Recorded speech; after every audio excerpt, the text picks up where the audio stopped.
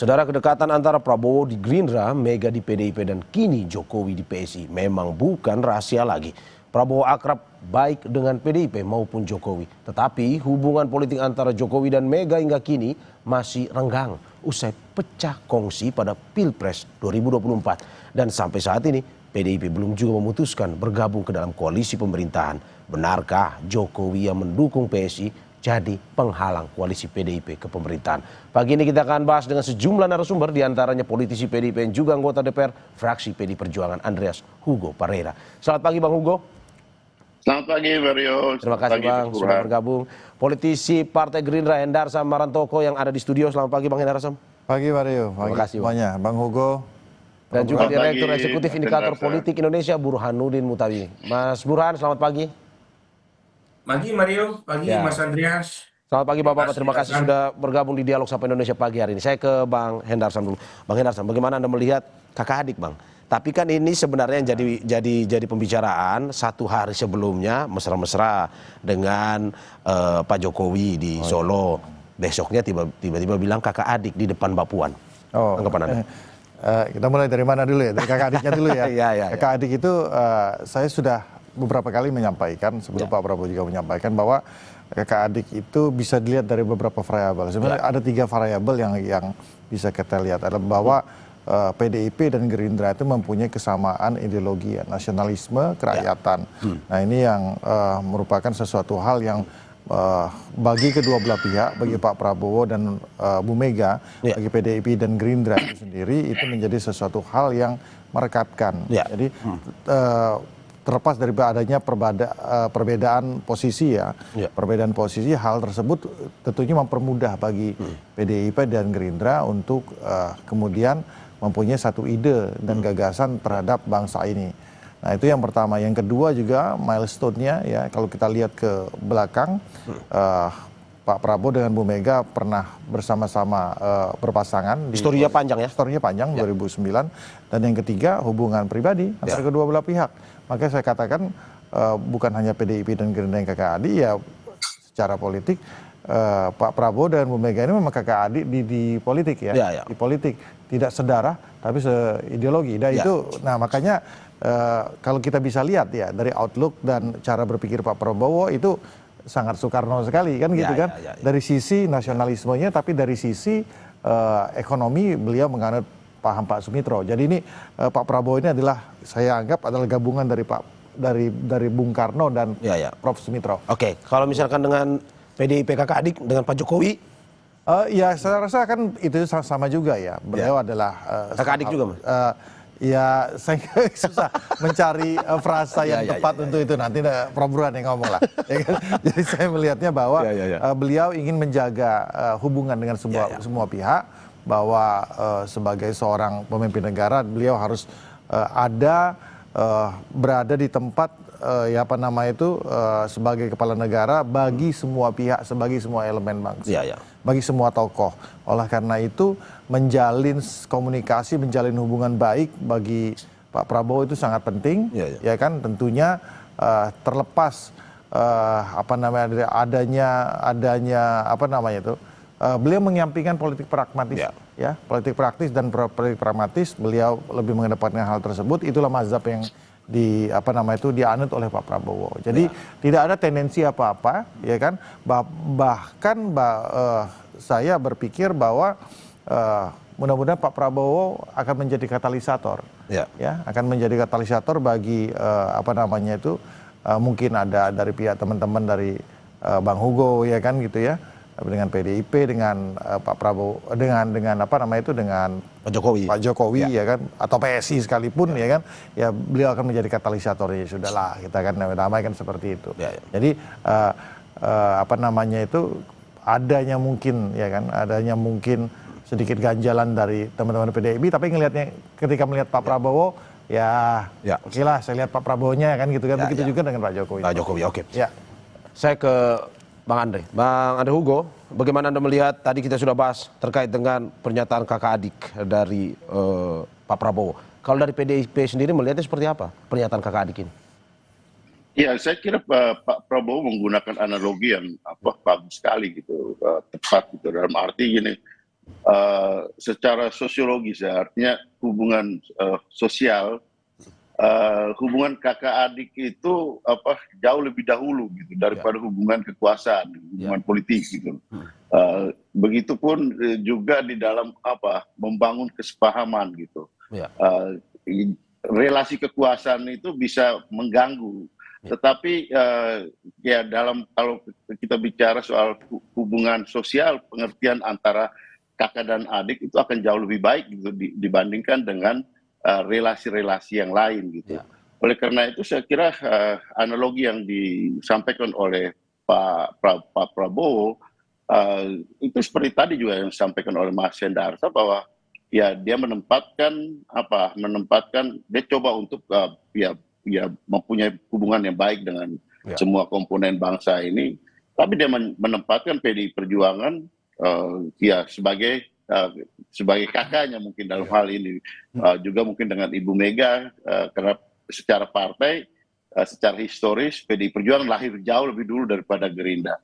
Kemudian juga dari segi usia, dari segi senioritas di politik, ya Ibu Mega jauh lebih dulu gitu dari Pak Prabowo gitu. Sehingga ketika Pak Prabowo membuat analogi seperti itu, saya kira sangat pas dengan tepat, dan beliau menempatkan PDI Perjuangan dalam posisi yang ya kalau tadi meminjam istilahnya Deddy Sitorus itu hubungan spesial gitu. Jadi kurang lebih seperti itu. Oke Bang Hugo, kalau misalkan melihat PDIP dengan Pak Prabowo kakak adik, kalau dari PDIP sendiri melihat Pak Prabowo dengan Pak Jokowi ini apa? Tetap saudara juga atau teman politik sebenarnya? Ya, saya kira itu mesti tanya langsung ke Pak Prabowo gitu. Mas Hendar saya tadi sudah memberikan jawaban. Tapi ya buat kami ya hubungan dengan Pak Prabowo itu penting, dan di situ saya kira relasi kakak adik tadi gitu yang disampaikan oleh Pak Prabowo itu biar soal kekuasaan itu hal yang berikut gitu. Soal ada di luar, ada di dalam, bahwa saudara pun tidak selalu harus serumah gitu kan. Saudara yang ada di luar rumah tapi dia bisa membangun pengertian yang baik dalam konteks relasi sosial, hubungan kekeluargaan, itu akan jauh lebih efektif di dalam membangun kohesivitas gitu, kohesivitas sosial gitu. Oke, saya ke Mas Burhan. Mas Burhan, kalau bagaimana Anda melihat terkait dengan kakak adik ini? Kalau kita berbicara soal timeline ya, apakah memang sebenarnya Presiden Prabowo sengaja? Karena sehari sebelumnya persis depan Presiden ke-7 Joko Widodo, ya beliau bersama makan mie bareng di Kongres PSI. Besoknya tiba-tiba bilang kakak adik sama PDIP. Apa analisis Anda menurut Anda? Iya, jadi tidak ada kebetulan dalam politik. Politik itu bagaimanapun penuh dengan desain dan skenario. Dan kalau kita melihat figur seorang Prabowo Subianto, apa yang disampaikan dalam dua forum yang berbeda, tetapi dengan audiens yang juga berbeda, itu menunjukkan kepintaran Pak Prabowo untuk merangkul semua kekuatan yang relatif pada dasarnya punya masalah masing-masing, tetapi tidak punya masalah dengan Pak Prabowo. Coba kalau kita lihat ya, misalnya Pak Prabowo dengan Pak SBY, dengan Ibu Mega, dengan Pak Jokowi, itu tidak ada masalah sama sekali. Tetapi antara Pak SBY dengan Ibu Mega itu masih ada masa lalu ya, sejak tahun 2004. Kemudian Pak Jokowi dengan Ibu Mega juga masih ada masalah yang tersisa sejak 2024 gitu. Tapi ketiganya, para dewa ini, itu tidak ada masalah sama sekali dengan Pak Prabowo. Dan Pak Prabowo menunjukkan dengan sangat cantik untuk berbagi perhatian kepada ketiganya. Pak Prabowo tidak punya keberatan sama sekali untuk datang ke Teguh Umar menemui Ibu Mega, untuk datang ke Pacitan atau ke Cikeas untuk bertemu dengan Pak SBY, dan tidak ada keberatan sama sekali juga untuk datang menemui Pak Jokowi beberapa kali. Jadi lagi-lagi ini kepintaran Pak Prabowo yang menunjukkan sekali lagi pada tingkat elit itu sama sekali tidak ada isu buat Pak Prabowo untuk mendapatkan dukungan dari berbagai macam pihak. Berarti analisis Anda Mas Burhan bukan berarti bahwa Pak Prabowo sebenarnya ingin lebih dekat ke PDIP dan juga Bu Megawati, bukan seperti itu ya. Tetapi memang ingin mendamaikan siapapun yang mungkin saat ini masih dalam konflik histori sebenarnya. Bukan kalau yang kedua itu kan tujuan minimal ya. Ya. Tetapi yang pertama, dalam diri Pak Prabowo sebenarnya ada semacam kalkulasi politik untuk terus-menerus memasukkan PD Perjuangan dalam skenario kabinetnya. Jadi karena Pak Prabowo kan figur yang pengen merangkul semua kekuatan di dalam. Saya punya kritik ya terhadap pendekatan semacam ini karena akan melemahkan checks and balances dan melupakan parlemen sebagai salah satu kekuatan penting buat kontrol kekuasaan. Tetapi sikap Pak Prabowo itu dari dulu seperti itu. Jadi pengen merangkul semua pihak termasuk yang kalah untuk masuk ke dalam.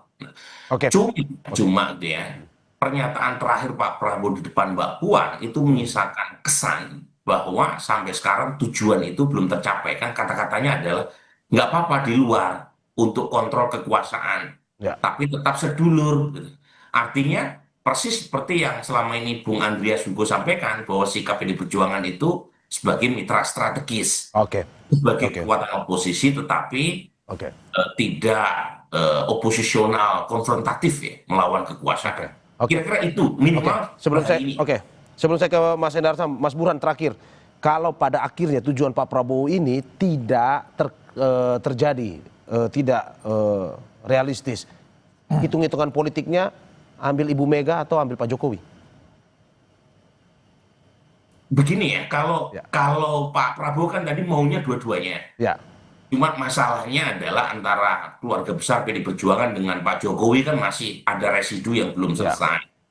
Nah, kalau misalnya Ibu Mega atau PD Perjuangan keberatan karena masih ada jejak Pak Jokowi di kekuasaan Pak Prabowo, yaitu masalahnya bukan di Pak Prabowo, berarti kembali ke PD Perjuangan apakah keberatan atau tidak untuk berdampingan dengan Pak Jokowi dan gengnya.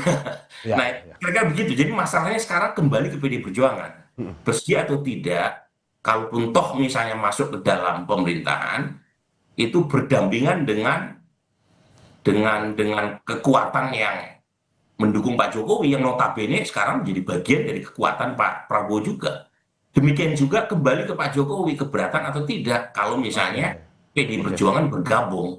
Jadi kalau menurut saya sih dari tiga itu sekarang tinggal kembali ke Bang Andreas.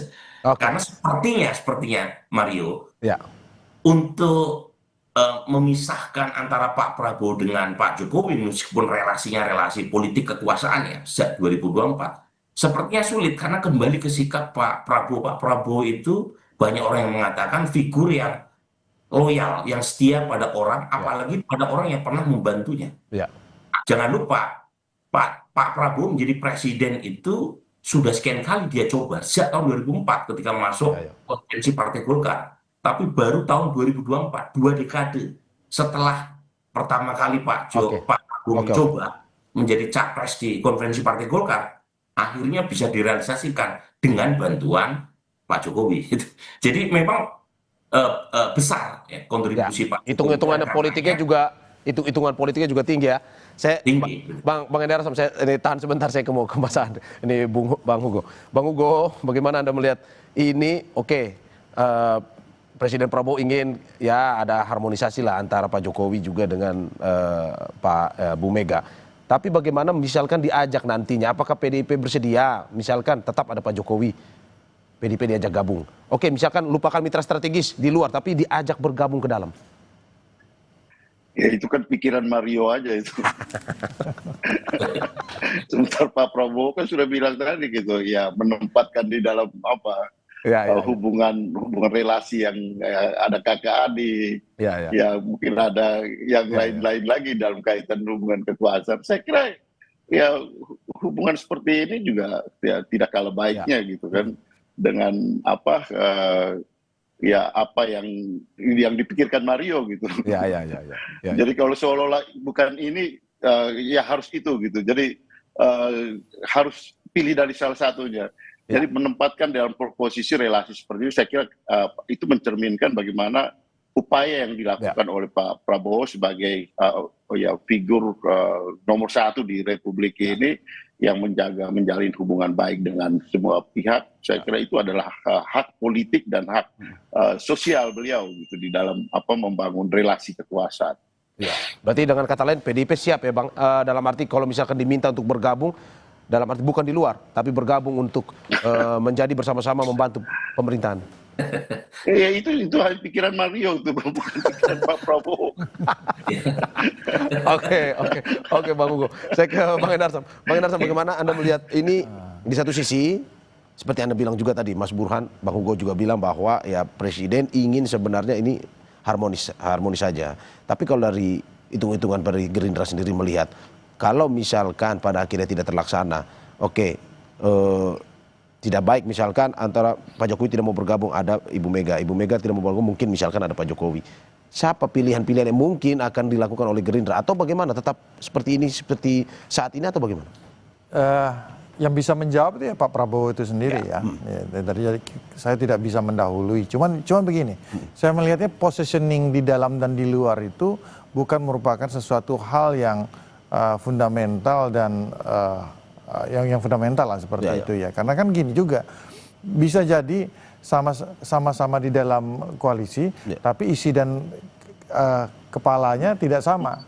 Nah, bahkan juga bisa kita pakai antitesa sebaliknya, berada di luar koalisi, tapi isi kepalanya dan gagasannya sama. Kan gitu kan? Betul. Bisa aja seperti itu. Jadi kedua hal ini bukan sesuatu hal yang sifatnya pragmatis semata kan gitu kan. Jadi memang yang dikedepankan itu bahwa bagaimana kita butuh, kalau bahasa mitra strategis kan terlalu smooth ya menurut saya kan, kita butuh kritik sebenarnya dari teman-teman dan koreksi dari teman-teman PDIP yang saat ini berada di luar, bagaimana program-program pemerintah yang sebenarnya itu sudah diacungi jempol oleh Bu Mega itu sendiri, program MBG, program koperasi, Kopdes Merah Putih yang memang menyusur masyarakat Wong Cilik yang merupakan ideologi daripada PDIP. Agak sedikit sulit bagi saya membayangkan PDIP dan Bu Mega untuk menolak hal tersebut. Makanya oleh karena kan Bu Mega selalu mengedepankan ini Mas Bowo itu bagus, tapi kita butuh dikoreksi oleh Bu Mega dengan beberapa hal ya. Nah, itu yang penting sebenarnya.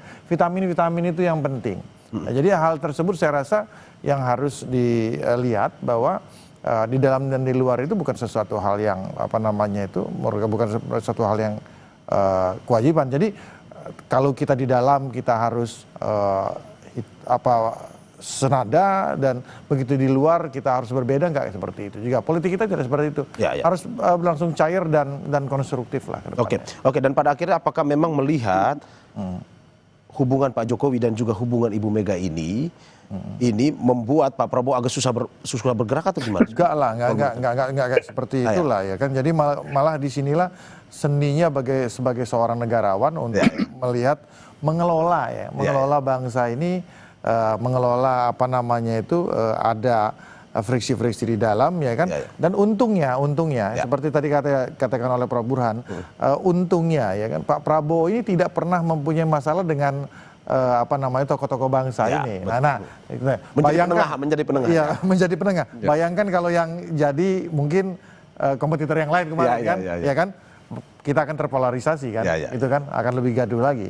Nah itu jadi untungnya beliau adalah saya berpendapat beliau adalah orang yang tepat di waktu yang tepat, ya kan. Jadi ya kan seperti itulah. Oke, saya ke Mas Burhan. Mas Burhan, bagaimana Anda melihat bahwa saat ini posisi Presiden memainkan peran sebagai penengah dalam arti bahwa saya mau semuanya bisa harmonis, tetapi apakah mungkin itu terjadi di tengah posisi kondisi saat ini terutama kalau kita lihat antara Ibu Mega dari PDIP dan juga Pak Jokowi?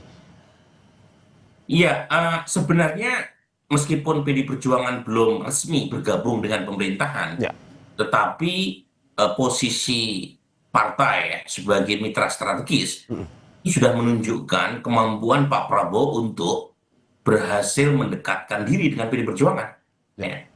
Di saat yang sama PD Perjuangan tentu juga punya ekspektasi karena bagaimanapun ini saya pernah sampaikan ke Bung Andreas, posisi PD Perjuangan kan berbeda ketika PD Perjuangan menjadi oposisi zaman PSBY. dibanding ketika PD Perjuangan menjadi kekuatan oposisi di masa Pak Prabowo. Itu saja sudah cukup menguntungkan kan buat Bung Darsa. Itu satu tuh. Nah yang kedua nih, sebenarnya kalau kita melihat politik kita di level elit itu sangat biasa, politisi yang awalnya berduel kemudian menjadi berduel. Persis seperti relasi antara Pak Jokowi dengan Pak Prabowo itu kan rumit itu. Salah satu yang membawa Pak Jokowi selain Ibu Mega ke Jakarta 2012 itu Pak Prabowo. Tapi justru Pak Jokowi yang kemudian melawan Pak Prabowo 2 pilpres sekaligus dan mengalahkannya di 2014 dan 2019. Tetapi di 2024 posisinya berbalik.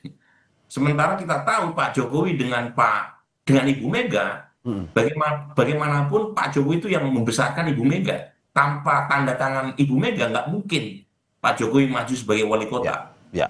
Jadi kompleks relasinya. Nah sekarang pertanyaannya adalah karena kompleksitas itu, ya, dan pada titik tertentu juga melibatkan masalah personal. Kalau misalnya Ibu Mega bersedia gitu ya masuk dalam kabinet di mana di situ ada Mas Gibran sebagai wapresnya. Nah pertanyaannya kembali ke PD Perjuangan, bukan ke Pak Prabowo menurut saya. Karena Pak Prabowo sudah membukakan pintu. Apakah PD Perjuangan mau masuk atau tidak, itu kembali ke PD Perjuangan. Dan tentu pertanyaan itu harus datang dari Pak Prabowo ya, berkaitan dengan yang Bu Mario sampaikan. Jadi bukan Bu Mario yang menawarkan, tapi Pak Prabowo. Tadi kan ada pretensi seperti Pak Prabowo sampaikan dalam pidato. Banyak orang yang bertendensi menjadi Pak Prabowo, termasuk Pak Mario Prabowo ini gitu. Oke, makanya Bung Andreas nggak bisa menjawab secara terbuka karena yang menawarkan bukan Pak Prabowo langsung, tapi Pak Mario. Oke, saya ke Bang Andre. Ini menarik, Bang Andre. Bagaimana pada akhirnya melihat potensi kalau misalkan ini Presiden Prabowo menjadi penengah? Apakah mungkin ke depan hubungan Presiden ke-7 Jokowi dan juga Presiden ke-5 Ibu Megawati akan baik-baik saja nantinya? Tapi sebelum Anda menjawab, kita saksikan jeda berikut.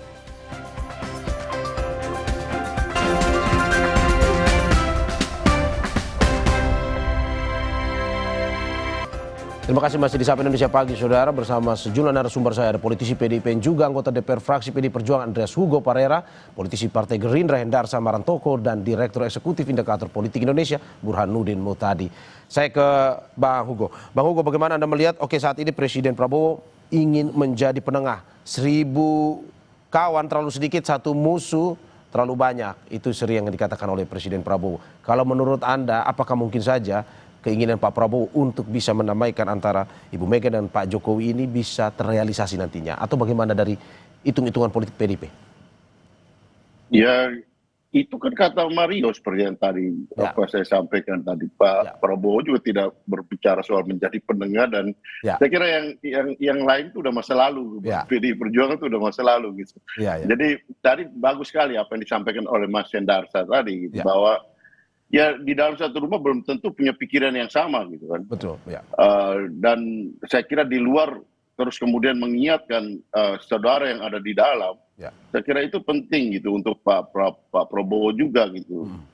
Karena tadi kita lihat ini di dalam relasi kekuasaan ini kita harus benar-benar juga berhitung gitu, bahwa apalagi dengan melihat kalau tadi menganalisa karakter dari tokoh-tokoh politik ini kan sudah bisa kelihatan juga, sudah bisa terbaca gitu. Jadi kalau Pak Prabowo menempatkan posisi yang menganggap PDI Perjuangan sebagai keluarga, sebagai kakak, dan kemudian ada di luar dan kemudian saling mengingatkan, itu juga bukan hal yang buruk. Oleh karena itu di dalam mengkombinasikan antara relasi sosial kekeluargaan dengan relasi politik ini, saya kira ya itu yang diambil oleh Pak Prabowo selama ini. Ini kalau kita menganalisa, tapi saya berbeda pandangan dengan Mario yang tadi, Pak Mario Prabowo tadi Pak Mas Burhan sampaikan ini, yang seolah-olah menghendaki bahwa harus seperti ini. Bukan itu kan, ini Pak Prabowo sudah menyampaikan seperti itu, Pak Mario. Ya, oke. Oke, saya ke Bang Enarto. Bang, bagaimana Anda melihat bahwa hitung-hitungan, apalagi sekarang posisinya Pak Jokowi ini sudah ya dikait-kaitkan dengan PSI. Menurut Anda ini menjadi ya sebuah hal sulit pada akhirnya ke depan Pak Prabowo untuk ya ini ada Bu Mega, ada Pak Jokowi bisa bersatu bersama, ataukah mungkin ini masih terus digaungkan untuk nantinya kita melihat ke depan harmonisasi untuk misalkan 2029 atau gimana? Politik saya rasa tidak tidak sepragmatis itu seharusnya. Okay. Dan Pak Prabowo menganut azas bahwa kepentingan pribadi itu harus dikesampingkan, ya kan. No hard feeling tentang masalah itu, kepentingan bangsa harus dikedepankan. Bahwa kalau kita melihat catatan saat ini, Mas Mario, kita lihat kurang lebih 8 bulan pemerintahan Pak Prabowo sangat kondusif sekali, ya kan. Tingkat approval rating beliau 82%, ya kan, sangat tinggi sepanjang sejarah Indonesia. Bagaimana kalau kita lihat di pemerintahan awal Pak Jokowi, ya kan, itu sangat chaos sekali. Pak SBY juga seperti itu. Jadi beliau saya rasa kan mempunyai suatu kemampuan yang cukup untuk mengelola dinamika yang terjadi selama ini. Dan itulah yang diperlukan oleh seorang kepala negara. Instrumen dan skill itu yang diperlukan oleh beliau. Tapi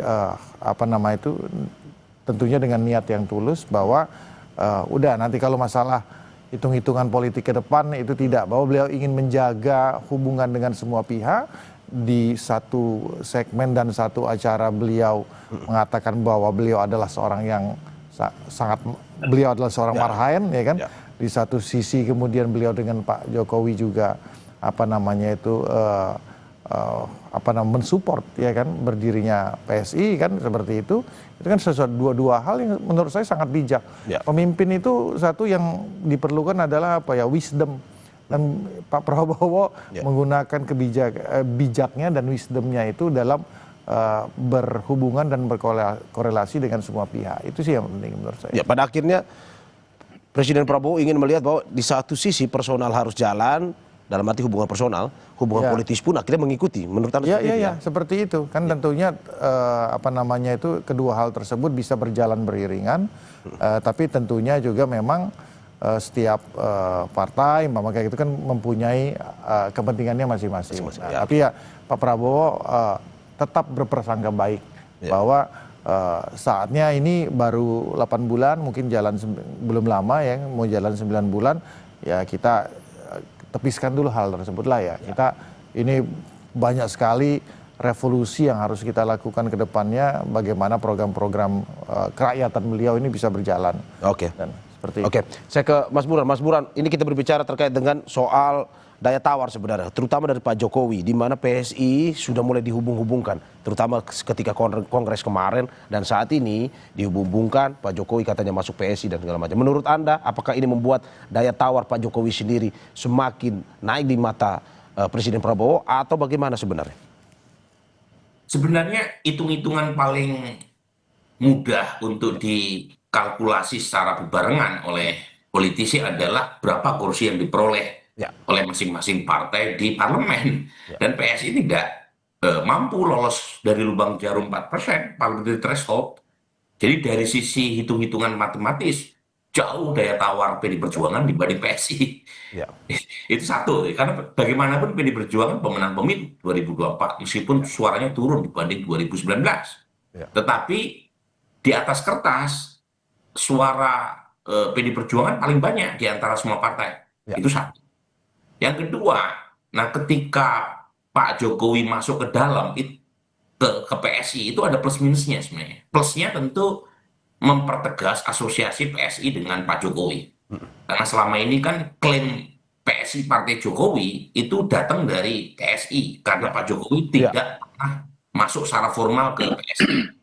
Nah, tetapi kelemahannya juga banyak. Mempertegas bahwa PSI ini partai keluarga kalau misalnya Pak Jokowi masuk ke PSI. Sehingga klaim partai super TBK itu menjadi kurang kredibel. Karena bapak dan anak masuk dalam satu partai. Bang Hugo langsung tertawa Mas Burhan ketika berbicara. Lanjut Mas Burhan. Banyak kontradiksinya. Jadi menurut saya daya tawar Pak Jokowi itu bukan hitung-hitungan matematis berapa kursi di DPR, karena Pak Jokowi setelah dipecat sama Bung Andreas ini nggak punya partai.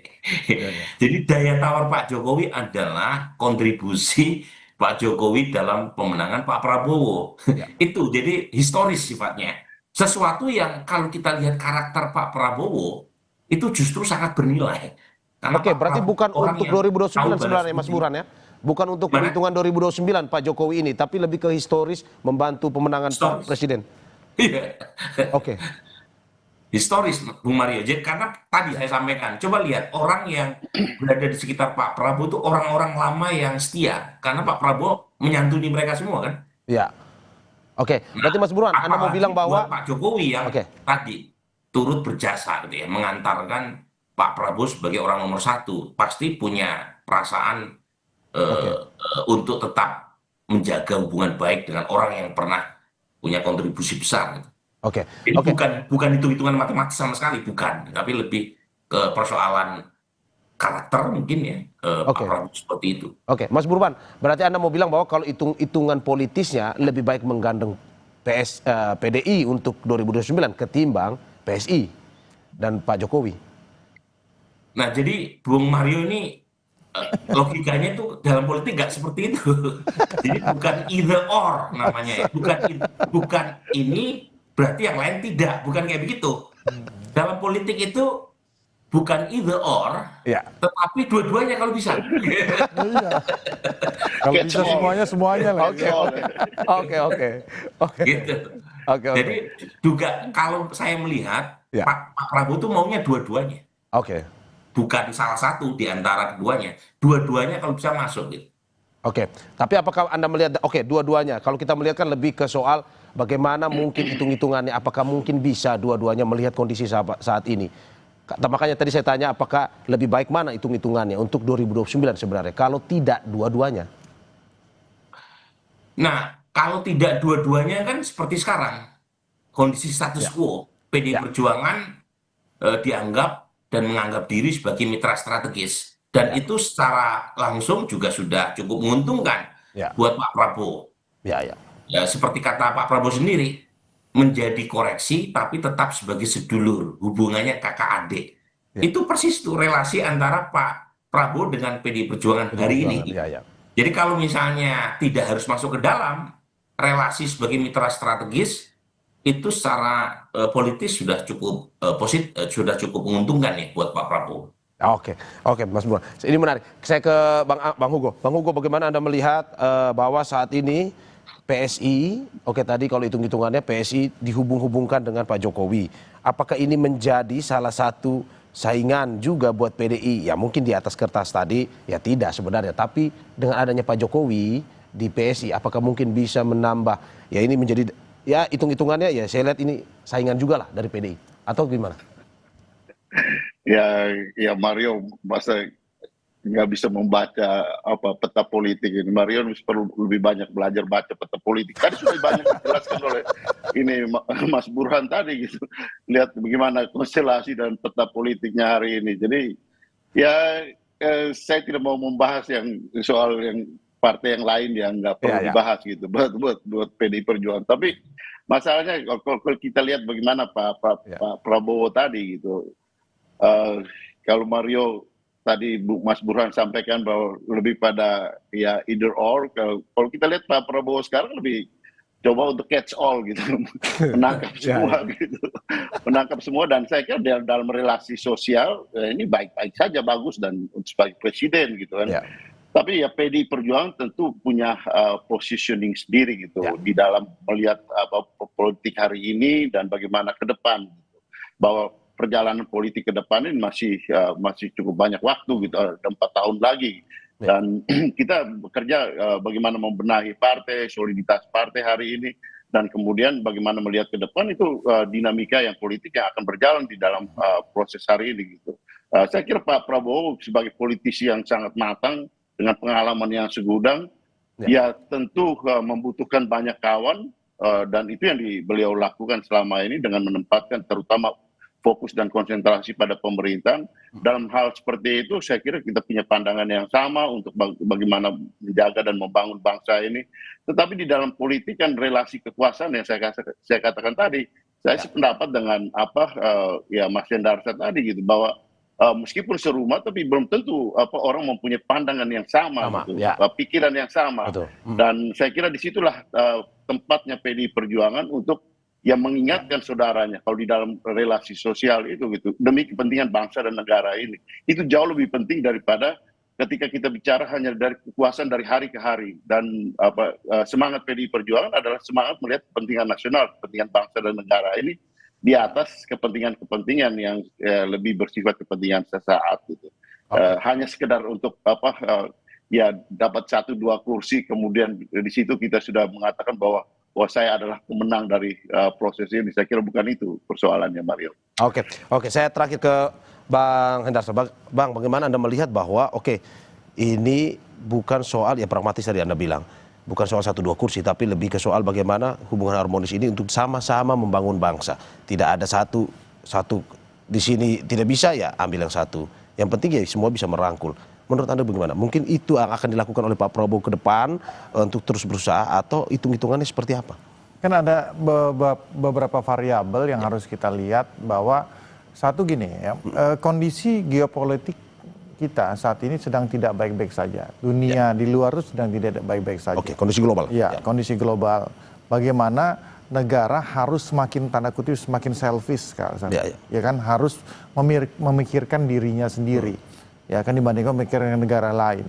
Nah, itu penting sekali ya kan. Itu yang mungkin tidak terjadi di periode-periode sebelumnya. Karena situasi global itu sangat menantang. Dan oleh karena itu makanya pentingnya untuk kita sama-sama bersatu. Dan saya rasa ini semua harus sadar lah ya. Kalau ada beberapa pihak yang mencoba mengganggu ya kan,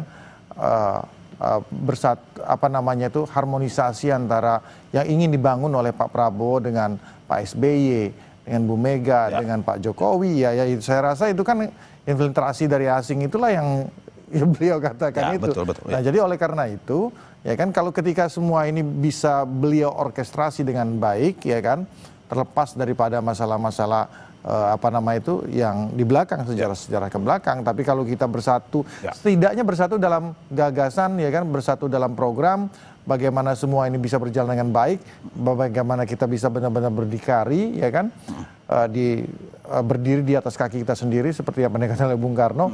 Maka oleh karena itu ya tantangan global dan kedepannya itu bisa kita hadapi dengan baik. Itu kan yang paling penting kan sebenarnya kan. Jadi itu sebenarnya keadaan yang saat ini. Jadi mungkin saja kalau situasi global tidak baik-baik saja, ya mungkin kita tidak perlu juga terlalu bagaimana ya, terlalu dinamikanya mungkin bisa lebih tajam lagi. Tapi kan nggak harus seperti itu. Dan saya rasa semua tokoh mempunyai sifat negarawan, bahwa kepentingan bangsa kita di atas segalanya. Itu yang saat ini ketimbang politik pragmatis tadi ya. Iya, kesampingan dulu lah, itulah ya kan. Nantilah 1-2 tahun terakhir lah ya. 2029 lah kita. Oke. Terima kasih Bapak-Bapak atas apa yang disampaikan. Anggota DPR fraksi PD Perjuangan Andreas Hugo Parera, dan juga politisi Partai Gerindra Hendarsa Martoko, serta Direktur Eksekutif Indikator Politik Burhanuddin Muhtadi. Terima kasih atas apa yang disampaikan, dan semoga ini bisa memberikan masukan juga terkait dengan terutama membangun bangsa kita ke depan di samping politik pragmatis itu. Terima kasih Bapak-Bapak, sehat selalu. Ya, terima kasih Bang Hugo, terima kasih Bang Burhan, terima kasih Mas Hendarsa. Andrea. Ya, saudara.